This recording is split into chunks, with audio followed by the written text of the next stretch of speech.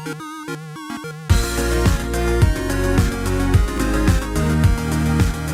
everyone, welcome back to another Anime Kingdom reviews. You can see by the title below, this is on episode 6 of Taboo Tattoo, and this episode was okay. It had some of its moments. The action wasn't that crazy, and as I said before, the action is like the main part that I love.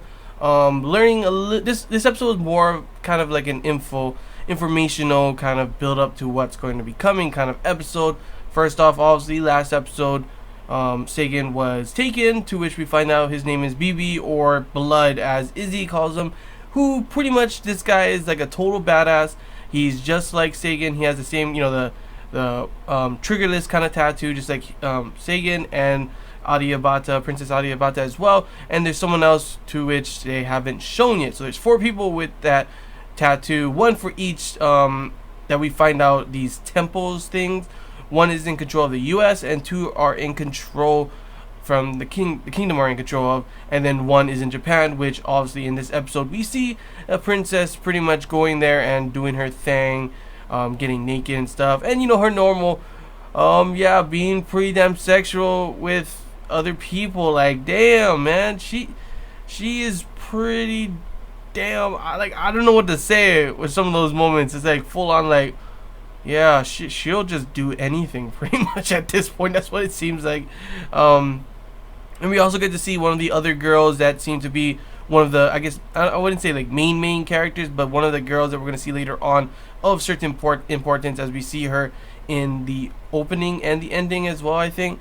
And pretty much the whole plan that the kingdom is trying to do, that the princess is trying to do, is she's trying to pretty much rewrite the whole world using all of the the temples. She's using the temples, the tattoo's power, to rewrite the whole world, and there's only 1 temple she's pretty much has not been able to do that yet, and that is the one in the US. So that might mean that we may see them leaving Japan and going to the US. That would be pretty interesting to see a different type of scenery, different people there as well, and definitely see how Sagan reacts to a different world pretty much.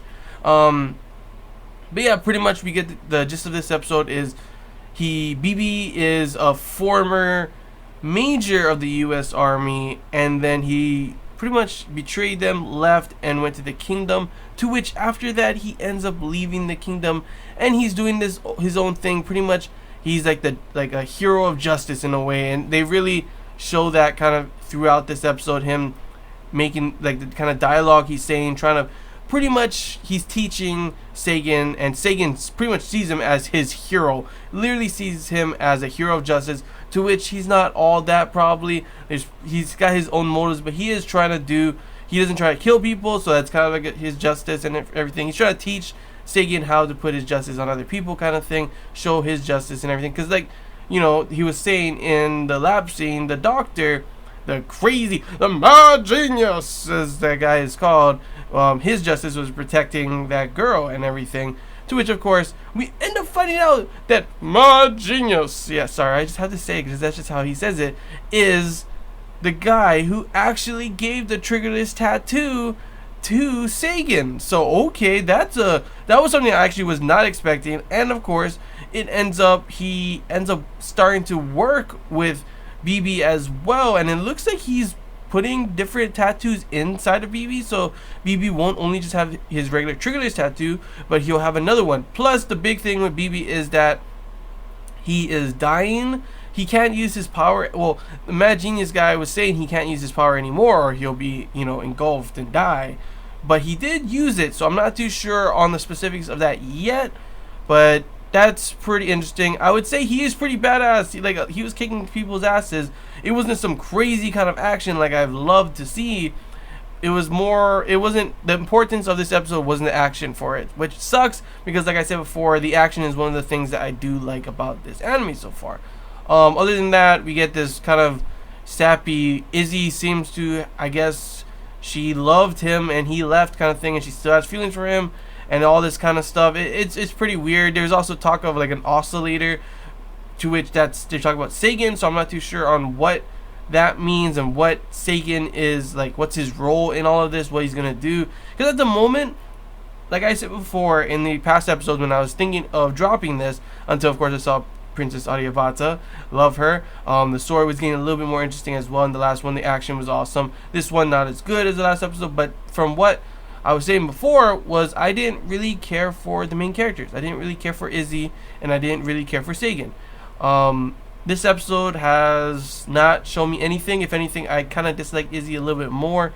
She went from being a kind of badass to like all of a sudden this love-struck girl in love with BB and all this kind of stuff like that. And she seems to be, I guess, I'm not obviously not using Sagan, but there's something with this oscillator thing, and it's a possibility that obviously the U.S. is trying to use him, kind of thing. I'm not too sure what their plans are with Sagan, but that's a big thing that we'll probably see later on. The ending of the episode, once again, you know, like I really don't care for like these kind of things in these action kind of anime, is when the childhood friends like, oh, I want to stay by your side and all this kind of stuff. I mean, if you like that, then hey, that's fine with you, fine with me. You can like it. I don't have a problem with it, but I don't care for it too much, to be honest. Sure, she had Toko was pretty interesting. He's sleeping, he's like, ooh, I gotta jump him pretty much, and just jumps on top of him. He wakes up, and yeah, she ends up like blushing like crazy, leans back, sits on his crotch. He starts like, I'd be like, oh, that's what you want to do, huh? I'm just kidding. But I'm not really kidding. But pretty much after that, she practically confesses to him in this one, saying, you know, can I stay with you and all that kind of stuff. He says yes, and that kind of just throws death flags, like a death flag out there. I think she might, like, the next episode, I always say that the childhood friend always gets caught and gets in trouble, gets the, you know, main character having to go save her kind of thing. And the last ones, we have seen her be more of a liability. Sure, she used her powers and helped him a little bit, but it was because her being there that he needed, that she needed to jump in the first place, because that was the whole point, kind of part of that fighting part. So I still think, like, somewhere in, maybe not the next episode, but soon, just because we saw that, like, oh, can I be by your side, can I stay forever kind of thing, she's gonna get killed or taken or kidnapped, or something bad's gonna happen to her. And yeah, that's probably gonna be where Sagan's gonna have to do something crazy, and all of a sudden he unlocks his power, or maybe BB ends up sacrificing himself, or something crazy like that. I'm not too sure. It's probably gonna be something generic, kind of, that we've seen in a lot of things. But like I said, generic's not always a bad thing, and who knows? We'll just have to wait and see. I'm literally thinking she's gonna get kidnapped, Sagan's gonna try something, BB's gonna try and save him, end up dying, because obviously he's almost gonna die already, and he's kind of OP, so they need him out of the way. And then Izzy's gonna be mad and all this kind of stuff like that. I think that's what's gonna happen. That's my thoughts and everything, my predictions on what's gonna happen in this pretty soon. But yeah, overall, that's really all I gotta say about this episode. Overall, it was an okay episode. BB was an interesting character to learn about a little bit. Didn't care too much for the interaction with Izzy part.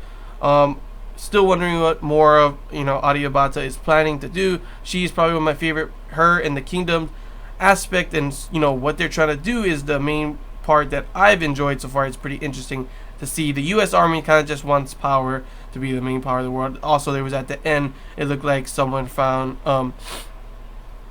someone in the U.S. found he's gonna destroy the kingdom or something. He found Brahman or something. That's what he said. So that was pretty much the episode. So overall, like I said, it was okay.